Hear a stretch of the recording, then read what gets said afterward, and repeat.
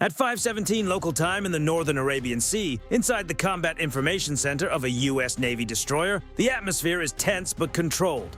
The room is almost completely dark, lit only by the cold glow of radar screens, sonar displays, and tactical monitors. Operators sit still at their consoles, headsets pressed close, eyes fixed on shifting lines, symbols, and faint signals.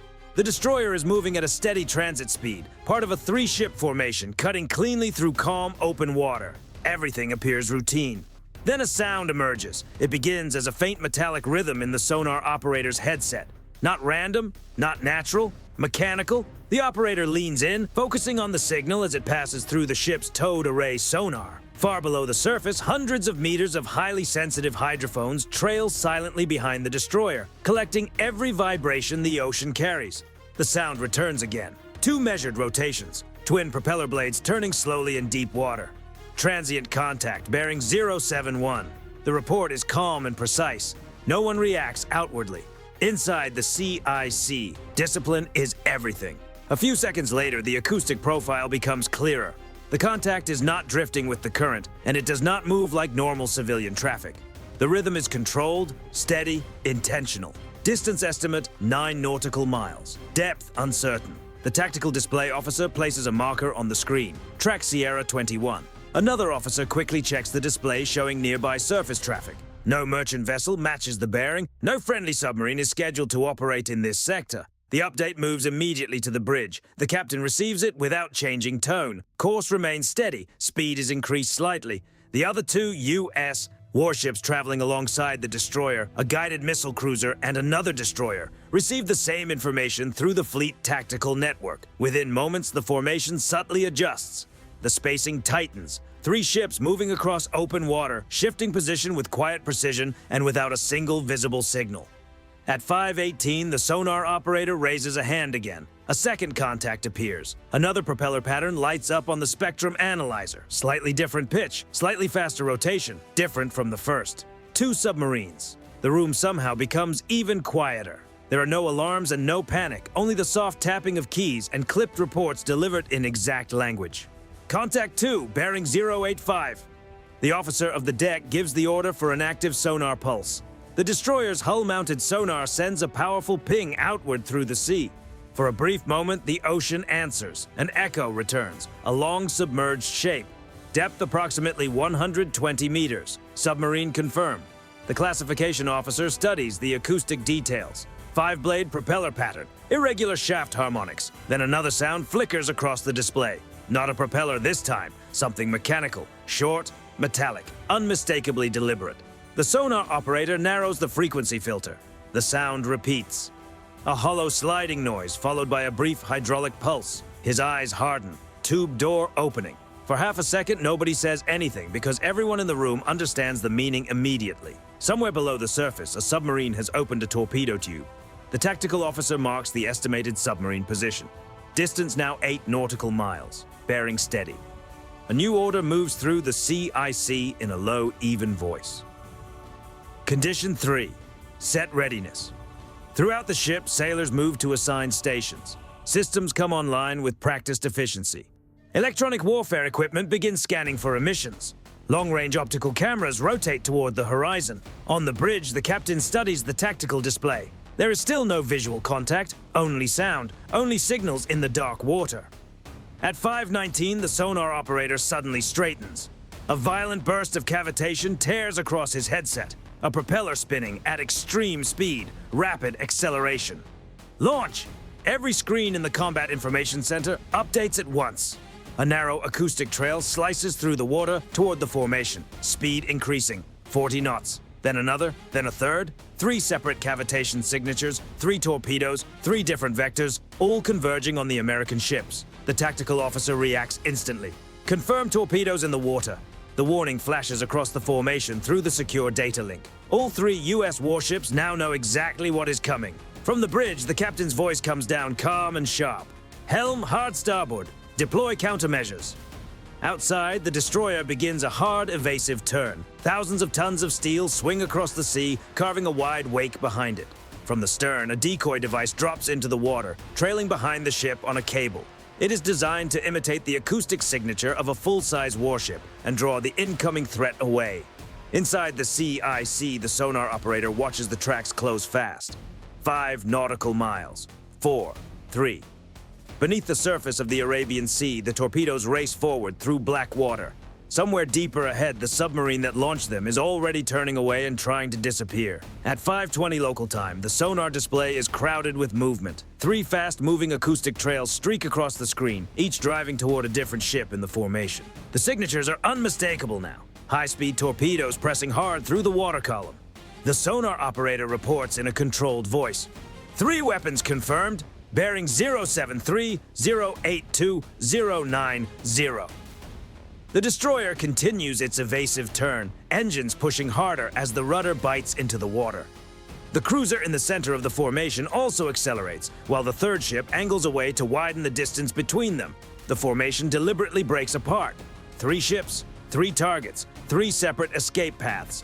On the tactical screen, range drops quickly. 5 nautical miles, 4. The tactical officer calculates the closure rate. At 45 knots, the torpedoes will arrive in only minutes. Deploy Nixie.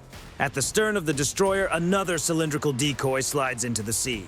Cable unspools behind the ship as the system begins broadcasting a powerful false acoustic profile. To the incoming weapon, it sounds like a larger, louder target than the ship itself. Seconds later, the sonar operator sees the change. The first torpedo shifts slightly, then, more noticeably, its track begins to bend away from the destroyer's hull. One weapon diverted, but the other 2 remain locked on. The cruiser receives the update. 2 torpedoes still closing, each aimed at separate ships. Distance now 3 nautical miles. The cruiser drives to flank speed, engines pushing harder as the massive ship begins a tight, evasive maneuver. On the flight deck, sailors brace against the sudden lean. Below the surface, the remaining torpedoes continue their pursuit, following the sounds of propellers and turbulence through the dark. Inside the destroyer's CIC, another acoustic countermeasure is launched. A second decoy hits the sea and begins transmitting another artificial signature. A few seconds pass. On the display, the second torpedo begins to wander. Its guidance system hesitates, comparing signals. Real target, false target, real target, false target. Then the track curves sharply. Second weapon diverted. Now only one remains on a steady path, and that one is aimed directly at the cruiser. Range drops below 2 nautical miles. The cruiser continues its hard turn, engines at maximum output. Water surges along the hull as the ship cuts across the torpedo's projected path. Inside the cruiser's own combat information center, the sonar team tracks the incoming weapon in silence. Range 1.8 miles. On the bridge, the captain watches the tactical display. Timing is critical now. Too early and the torpedo could lock onto the ship again. Too late and there may be no room left to react. Deploy second decoy. Another acoustic device drops from the cruiser's stern and begins broadcasting a powerful imitation of a warship's propeller noise. The torpedo keeps coming. 1 mile, 800 yards, 700. Then the sonar operator sees the slightest break in the track. A hesitation. The guidance system is searching, comparing the 2 sound sources in the water. For a moment, it seems undecided. Then the track shifts. Slowly at first, then decisively. The torpedo turns away from the cruiser and drives toward the decoy. 5 seconds later, the sea erupts. A powerful underwater blast throws a column of white water high into the air behind the cruiser's stern. The shockwave rolls across the surface. Fragments of shattered decoy equipment scatter across the waves. Inside the CIC, nobody celebrates. They keep listening, because underwater weapons rarely travel alone. The sonar operator scans the spectrum again. A few seconds later, the first diverted torpedo reaches the destroyer's decoy. Another explosion sounds beneath the surface. Then the second. 3 detonations, 3 incoming weapons neutralized. For a brief moment, the sea becomes quiet again, but no one mistakes that silence for safety. The most dangerous part may still be ahead, because the submarine that launched those torpedoes is still somewhere below them, and now it knows exactly where the American ships are. At 5:22 local time, the ocean above the formation comes alive. On the flight deck of the lead destroyer, a gray MH-60R Seahawk helicopter is already at full power. Its twin engines whine as deck crew crouch low beneath the rotor wash. Then the helicopter lifts off, slowly at first, then climbs into the humid morning air. Inside the cockpit, the pilots level out at 200 feet above the water. Their mission is direct and urgent. Find the submarine. Behind them, the destroyer's flight deck shrinks quickly as the Seahawk accelerates toward the suspected launch point. The sensor operator powers up the helicopter's onboard acoustic processor and links into the destroyer's sonar network. From above, the sea appears calm and almost peaceful, but beneath that smooth surface, a submarine is moving fast. The Seahawk banks left and begins deploying sonobuoys. One after another, the small cylindrical devices fall from the aircraft and splash into the water. Each buoy sends a hydrophone below the surface, instantly joining a growing network of underwater microphones. Within seconds, acoustic data begins streaming back to the helicopter. A search grid starts to form. Every buoy listening, every buoy transmitting. The operator studies the incoming data. Tiny spikes move across the display as the system filters out ocean noise, marine life, and distant shipping. Then one signal becomes clear. Low-frequency metallic rotation, propeller noise. Contact. His voice stays low. Bearing 112. The submarine is moving again and no longer at a cautious pace. Beneath the surface, the Iranian submarine is descending deeper into the water column, engines pushing harder as it tries to leave the launch area and escape detection. The Seahawk adjusts course immediately. More sonobuoys drop into the sea, tightening the net around the suspected position. Within moments, the acoustic picture sharpens. The submarine is making 15 knots, depth approximately 150 meters. Course heading away from the American formation. The submarine commander has already fired. Now he is running. Inside the helicopter, the sensor operator switches part of the system to active mode. One of the buoys sends a sharp sonar ping into the dark water below. Seconds later, the return comes back. A long steel hull. Definite submarine contact. The acoustic processor confirms the classification. Target, submarine. The pilots exchange a quick glance, but neither says a word. They already know the next step. The Seahawk settles into a hover pattern 200 feet above the sea. Beneath the fuselage, the weapons bay doors slide open. Inside is a Mark 54 lightweight torpedo, compact, fast, and built specifically for anti-submarine missions. The pilot steadies the aircraft. The sensor operator confirms the firing solution. The target is still moving, still trying to break contact, but not fast enough. Meanwhile, 12 miles away, the 3 American warships continue maneuvering through the Arabian Sea. Their sonar arrays remain active, sweeping the surrounding water for any additional threat. Inside the destroyer's CIC, the tactical officer watches the helicopter's data feed appear on his screen in real time. The Seahawk has the contact. Now, there is only one question left. Does the submarine know it has already been found? Back above the surface, the helicopter banks smoothly into position. The pilot lines the aircraft up with the submarine's projected path below, keeping the nose steady while the sensor operator watches the data stream update in real time. Then his voice comes through the intercom, calm and precise. Solution steady, target depth 150 meters. A green light flashes on the weapons panel. For one more brief second, the Seahawk holds perfectly still in the air. Then the release switch is pressed. The Mark 54 torpedo drops free from the helicopter, falling cleanly through the humid air before slamming into the sea with a heavy splash. In an instant, it vanishes beneath the surface. For a few seconds, there is only silence. Then, underwater, its engine comes alive. The propeller begins to spin, the guidance system activates, and the weapon starts its search pattern. Now, deep below the ocean surface, 2 machines are moving through darkness. One is running, the other is hunting. Inside the Seahawk, the acoustic display brightens as the torpedo's onboard sonar begins scanning for a target. The submarine is still trying to escape, but the gap between hunter and hunted is closing fast. Far below, in the cold layers of the Arabian Sea, the chase is fully underway. At 5:24 local time, the Mark 54 slices through the deep water at high speed. Its onboard sonar starts working immediately, sending quick acoustic pulses outward into the surrounding sea. Those signals travel through shifting layers of warm and cold water, bending slightly as they move, then return to the torpedo's receivers with fragments of information about everything around it. For several long seconds, there is nothing useful. Only distant noise from the American ships above. Then a stronger return appears. Metallic, moving, solid. The torpedo's guidance computer reacts at once, adjusting a few degrees to port. Speed increases. The weapon has found something worth pursuing. Above, inside the MH-60R Seahawk circling overhead, the sensor operator studies the incoming acoustic picture. The helicopter's processors are receiving the torpedo's transmissions through the nearby sonobuoys scattered across the water. The signal is faint but unmistakable. The weapon has locked onto a contact. Below them, the Iranian submarine continues its escape.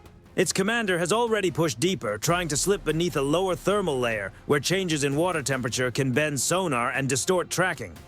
Engines are working harder now as the submarine angles away from the American formation, trying to disappear into the complexity of the sea. But speed brings noise, and noise carries. The Seahawk banks slightly, keeping the contact area centered beneath the aircraft. Target still moving, the sensor operator reports. Depth approximately 160 meters. The torpedo keeps closing. Inside the submarine, warning alarms begin to sound. The sonar operator has picked up something new behind them. A fast, high-frequency sound, growing stronger by the second. Torpedo in the water! The report reaches the control room instantly. The commander reacts without hesitation. Deploy countermeasures. From the stern of the submarine, a defensive acoustic decoy launches into the water. It begins broadcasting a loud false signature, designed to sound more attractive to the incoming torpedo than the submarine itself. At the same time, the submarine throws itself into an evasive maneuver. Ballast shifts. The hull tilts. The vessel dives deeper, passing 180 meters, then 200, trying to break the weapon's tracking solution. Inside the Seahawk, the acoustic display becomes more complicated.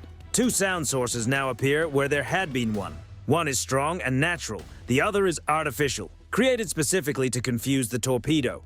The weapon's onboard computer compares them, sorting through engine harmonics, movement patterns, and propeller characteristics. For one brief moment, the torpedo seems to hesitate. Then it decides. The weapon turns sharply to starboard, ignores the decoy, and stays with the real target. The submarine is still louder, still moving, still giving itself away. Inside the submarine, the sonar operator hears the change immediately. It's still tracking us! The commander grips the edge of the console. Full power! The engines surge again. The submarine tries to outrun the threat, but the balance is already against it. The Mark 54 accelerates once more, shrinking the distance rapidly. 800 meters, 600. Inside the Seahawk, nobody speaks. The crew watches the acoustic picture unfold in silence as the two contact lines move closer together on the display. 500 meters, 400. Below, in the submarine, the crew braces as another hard turn is ordered. But the torpedo reacts instantly, correcting its path almost the moment the submarine changes course. 300 meters. 200. For a split second, the acoustic signal spikes across every listening buoy in the area. Then, the ocean erupts. A deep underwater detonation tears through the water column as the Mark 54 explodes near its target. A powerful pressure wave expands through the sea, followed by a violent surge of gas, fragments, and debris. Above the surface, the Seahawk crew sees the water swell upward as a broad column of bubbles surges toward daylight. Dark pieces of metal briefly break through the surface before dropping back into the waves. Inside the helicopter, the acoustic screens suddenly fall almost silent. The steady propeller rhythm that had filled the spectrum only moments before is gone. Only the fading echoes of the blast remain. The sensor operator studies the display carefully, checking for any remaining propulsion noise, any sign of movement, any indication that the contact is still active. There is nothing. He keys the microphone. Contact lost, possible submarine neutralized. Below them, the sea slowly begins to calm, but the Seahawk remains overhead, still circling, still listening. Because in undersea warfare, silence can mean many things, and certainty comes slowly. At 5:26 local time, the Arabian Sea grows quiet again. From 200 feet above the water, the MH-60R Seahawk continues a slow orbit over the impact area. Below the aircraft, a wide circle of disturbed water spreads outward from the point where the underwater detonation took place moments earlier. A stream of air bubbles rises from the depths, then gradually fades into the surface. Inside the helicopter, the sensor operator keeps studying the acoustic feed coming through the sonobuoy network. Dozens of hydrophones remain suspended below the surface, each one listening carefully to the surrounding water column. For several seconds, there is nothing. No propeller rhythm, no mechanical vibration, no cavitation, only the natural sound of the ocean. The operator changes frequency bands and checks the full spectrum again. Still nothing. He keys the radio once more. Negative propulsion noise. Target contact not reacquired. 12 miles away, the 3 American warships hold their defensive posture. Their sonar arrays remain deployed, sweeping the surrounding sea in long, methodical arcs as the ships continue moving forward. Inside the lead destroyer's combat information center, the tactical display shows the Seahawk circling over the suspected submarine position. The acoustic trails from the incoming torpedoes are gone now, leaving only fading sonar echoes from the detonation. The tactical officer studies the display for a few quiet seconds. Any additional contacts? The sonar operator shakes his head. No new screws detected. Another officer checks the long-range acoustic sensors trailing behind the formation. The towed array remains silent. If a second submarine were still nearby, its propeller pattern would almost certainly show up somewhere in the acoustic picture. But nothing appears. Back in the Seahawk, the crew deploys 2 more sonobuoys, extending the listening field by another mile in every direction. The devices hit the water and immediately begin feeding fresh underwater audio back to the helicopter. The operator reviews the new signals carefully. Still nothing. The submarine that launched the torpedoes has disappeared from the acoustic picture entirely. But no one is willing to assume too much too soon. Submarines are built for silence, and silence itself can be deceptive. At 5:29, the Seahawk descends slowly to 150 feet, its rotor wash rippling the surface below. The pilot positions the aircraft directly above the widening circle of bubbles, still rising from the depths. For a moment, the helicopter hovers almost motionless. The sensor operator switches on the forward-looking infrared camera and angles it towards the ocean surface. The system scans for subtle temperature differences in the water, searching for signs of machinery, fuel, or debris drifting upward. A faint patch appears on the display. Oil. Thin, dark streaks spread slowly across the surface. Possible fuel leak, the operator reports. The Seahawk circles once more, cameras recording everything. The live video is transmitted back to the destroyer, where intelligence officers begin documenting the scene frame by frame. Small fragments continue rising from below. Bits of metal, pieces of insulation. One larger panel briefly rolls onto the surface before slipping back beneath the waves. Inside the destroyer's CIC, the captain watches the video feed without speaking. Every encounter at sea becomes a detailed record. Every sonar trace, every radar contact, every second of footage is stored and analyzed later. At 5:32, a new instruction reaches the helicopter. Return to formation. The Seahawk banks gently away from the debris field and heads back toward the American ships waiting on the horizon. Behind it, the cluster of sonobuoys remains scattered across the water, still listening for any sound that might rise again from below. None does. Within minutes, the Seahawk approaches the lead destroyer. Deck crews are already in position. Bright helmets visible as the aircraft descends toward the landing circle. The helicopter settles onto the deck with a heavy thud. Rotors begin to slow. Engines wind down. Inside the Combat Information Center, the sonar team keeps scanning the surrounding ocean for nearly 30 more minutes. The formation holds speed and course while every sensor remains active. But the result does not change. No propulsion noise, no returning contacts, no additional torpedo launches, only empty water beneath the formation. The tactical officer enters the final line in the log for the encounter. 3 torpedoes launched, 3 torpedoes defeated, 1 hostile submarine engaged, target no longer detected. On the bridge, the captain looks out across the sea. From the surface, the water appears calm again, almost untouched. But somewhere in the darkness below, a broken hull may be descending slowly toward the seabed. The entire encounter lasted less than 10 minutes. No warning, no radio exchange, only the sudden violence of undersea combat. And in that hidden battlefield beneath the waves, the result had already been decided long before anyone on the surface could see even a trace of it.